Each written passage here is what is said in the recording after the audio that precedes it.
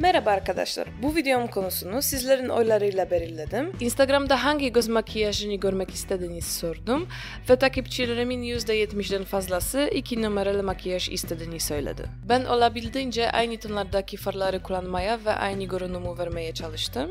Tabii ki resimde kullanılan ürünleri bilmediğimiz için sonuç biraz farklı olabilir. Bakalım siz ne düşüneceksiniz. Görmüş olduğunuz bu mavi mor tonlarda simli göz makyajı ilginizi çektiyse izlemeye devam edin.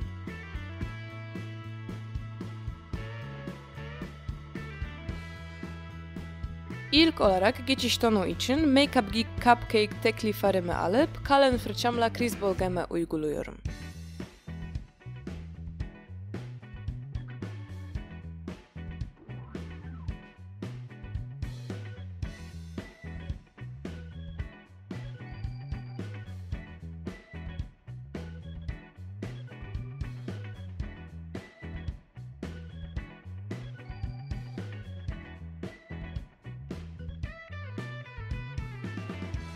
Ardından bu makyajın öne çıkan özelliği olan mor tonu vermek için Huda Beauty Desert Dusk palet üzerinden ametist farını alıp önceki farımın üzerine uyguluyorum.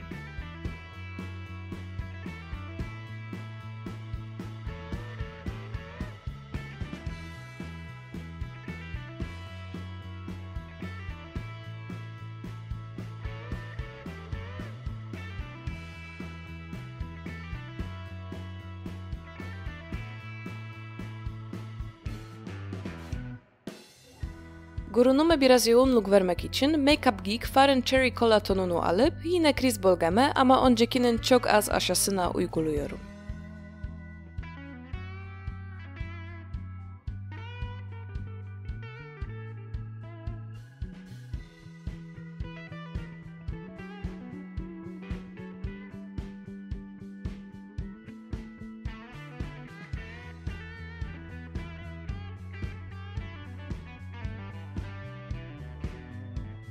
Resimde kriz bölgesinde biraz da koyu pembe tonlar var gibi görünüyor. O yüzden ben de Zoeva Offline paletimin üzerinden benzer bir rengi kullanıyorum.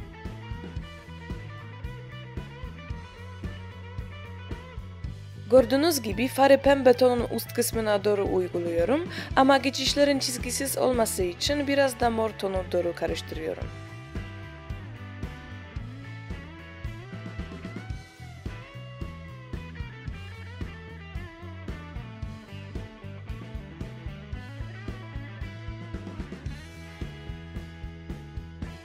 Ardından temiz bir karıştırma fırçası alıp kenarların üzerinden geçiyorum.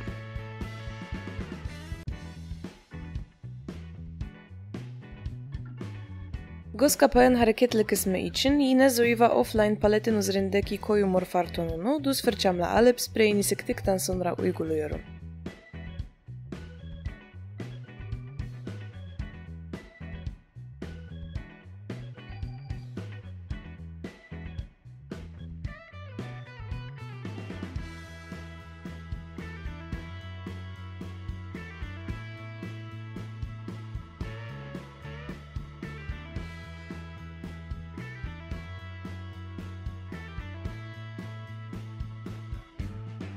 Yoğun simli görünümü vermek için ilk olarak NYX Glitter yapıştırıcımı göz kapağıma sürüyorum.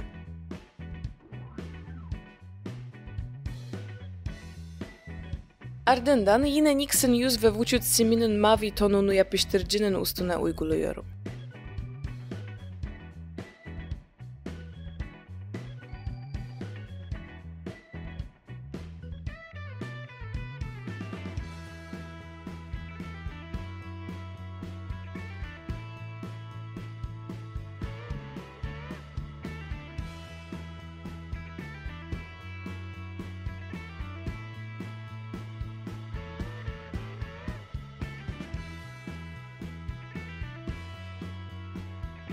Ardından iç köşeleri aydınlatmak için de Balm Mary Luminizer kullanıyorum.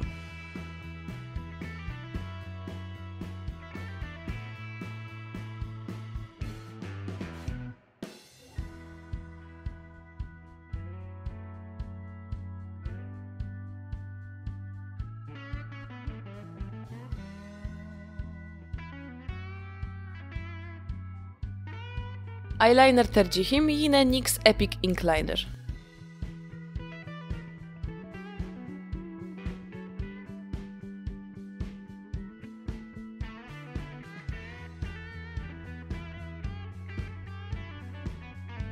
Maskara olarak bu videomda Benefit Roller Lash Maskara kullanıyorum.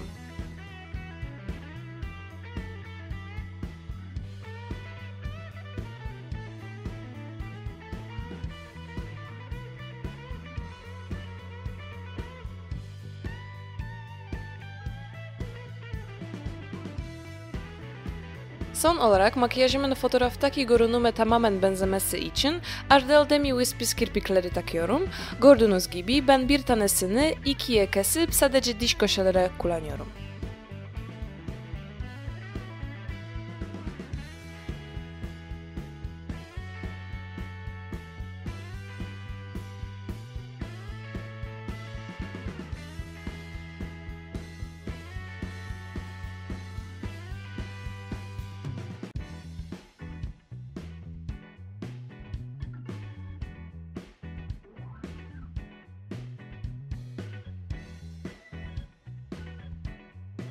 Dudaklarım için NYX Lingerie Liquid Rouge sürüyorum.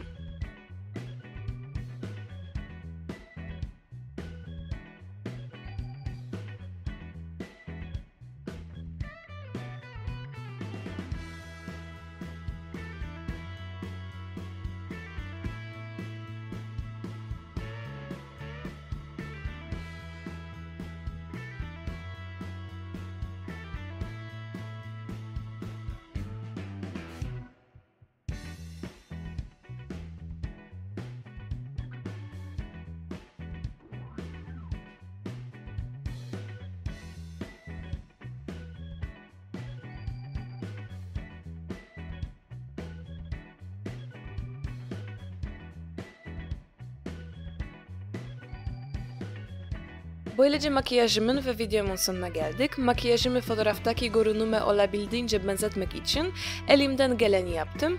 Umarım başarılı olmuşumdur. Videomu beğendiyseniz kanalıma abone olmayı unutmayın. Gelecek videolarımda görüşmek üzere.